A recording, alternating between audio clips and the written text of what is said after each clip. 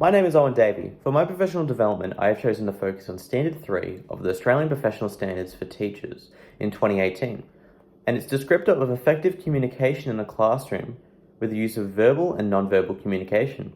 The reason for focusing on my verbal and non-verbal communication relates back towards my first professional development placement earlier this year. During my time at the school, I received so much wonderful feedback on my teaching skills. However, the feedback which resonates the most was in relation to my use of classroom communication. And it has influenced me to the point where I can now see areas I need to improve upon through feedback, videos, and even my everyday life. After reading through Waswandi's, Arif's, and Norisari's 2024 paper about both verbal and non-verbal communication, I was left in confusion about their statement about verbal communication, since I was under the impression that verbal praise enables students to stay engaged and motivated to learn. However, by their statement, verbal communication was used for understanding and support. So as a response, I did some research and found a paper to support their statement about verbal communication.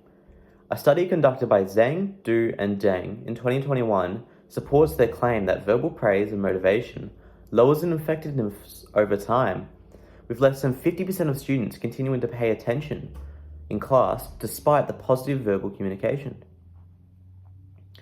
To reach the goal of effective verbal communication, I intend to make notes of my own professionalism in my speech and do it coincide with non-verbal communication.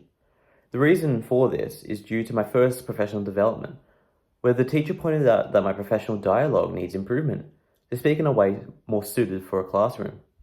I will also use non-verbal communication with my verbal communication to keep motivation and engagement with the students, which is due to the feedback sheets stating that either my non-verbal communication was not present or needed to be worked on.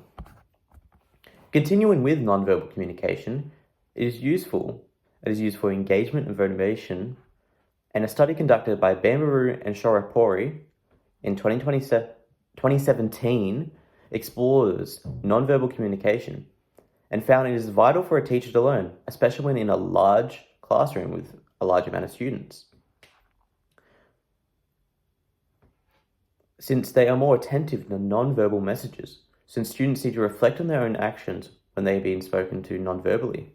That aspect of non-verbal communication I have never thought about before, and reflecting on what I have seen other teachers do in a classroom, I can start to make connections to long pauses and staring in a disappointed manner towards the students, which reflects on this idea. On my professional development, I will try to incorporate more non-verbal communication when I am teaching. However, I don't know how to approach using non-verbal communication. So, on my placement, I will also make notes on how my supervising teacher uses non-verbal communication and see the student responses to it. This idea of effective classroom communication is what I will be focusing on my professional development, so I can better support students in their learning and maintain classroom engagement.